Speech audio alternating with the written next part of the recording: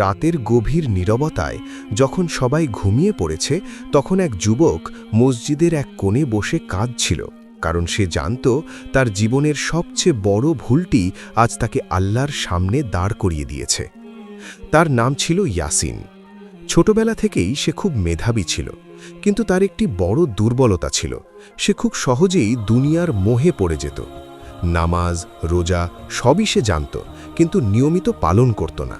তার মনে হতো, আমি তো এখনো তরুণ, পরে ঠিক হয়ে যাব। একদিন ইয়াসিন তার বন্ধুর সাথে একটি ব্যবসায় যুক্ত হলো। শুরুতে সব ঠিকই ছিল, কিন্তু ধীরে ধীরে তারা হারাম পথে টাকা আয় করতে শুরু করল। মিথ্যা বলা, প্রতারণা করা এসব তাদের জন্য স্বাভাবিক হয়ে গেল।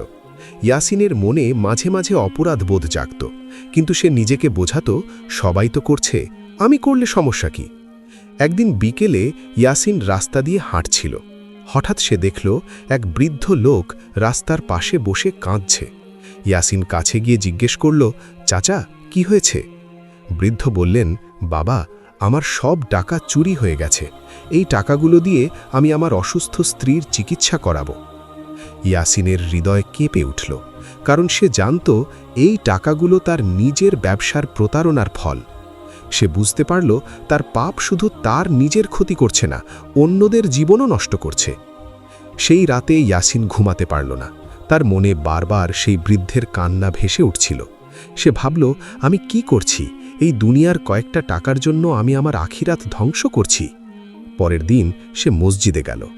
অনেক দিন পর সে সিজদায় মাথা রাখল, আর তখনই তার চোখ দিয়ে অঝরে পানি পড়তে লাগল।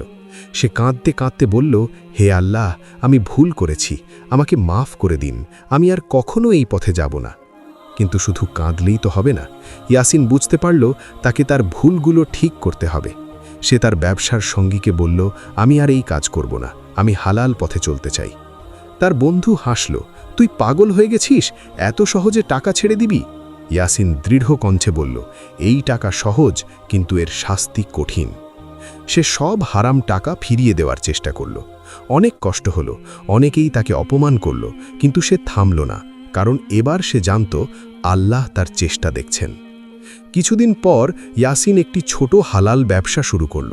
শুরুতে লাভ কম ছিল, কিন্তু তার মনে শান্তি ছিল। রাতে সে নিশ্চিন্তে ঘুমাতে পারত, কারণ তার আয় ছিল পবিত্র। একদিন সেই বৃদ্ধ লোকটি আবার তার দোকানে এলো। ইয়াসিন তাকে চিনতে পারল। সে এগিয়ে গিয়ে বলল, চাচা, আপনি কেমন আছেন? বৃদ্ধ হাসলেন, আলহামদুলিল্লাহ, এখন ভালো আছি, আল্লাহ আমাকে সাহায্য করেছেন। ইয়াসিনের চোখে পানি চলে এলো। সে মনে মনে বলল, হে আল্লাহ, আপনি আমাকে পথ দেখিয়েছেন। সময়ের সাথে সাথে ইয়াসিনের ব্যবসা বাড়তে লাগল। মানুষ তার সততা দেখে তাকে বিশ্বাস করতে শুরু করল। সে বুঝতে পারল হালাল পথে বরকত আছে, যদিও শুরুতে তা কঠিন মনে হয়। একদিন তার এক পুরনো বন্ধু এসে বলল, ইয়াসিন, তুই কিভাবে এত সফল হলি?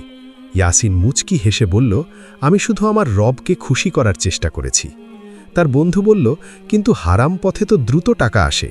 ইয়াসিন উত্তর দিল, হ্যাঁ আসে, কিন্তু সেই টাকায় শান্তি আসে না, আর হালাল রিজিকে কম হলেও বরকত থাকে।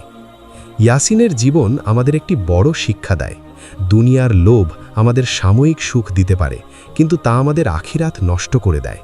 আর যদি কেউ সত্যিকারের তওবা করে, আল্লাহ তাকে ক্ষমা করেন এবং তাকে সঠিক পথে ফিরিয়ে আনেন।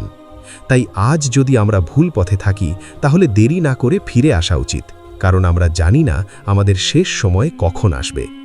ইয়াসিনের মতো আমরাও যদি আমাদের ভুল বুঝে আল্লাহর দিকে ফিরে যাই, তাহলে ইনশাআল্লাহ আমাদের জীবনও পরিবর্তিত হবে।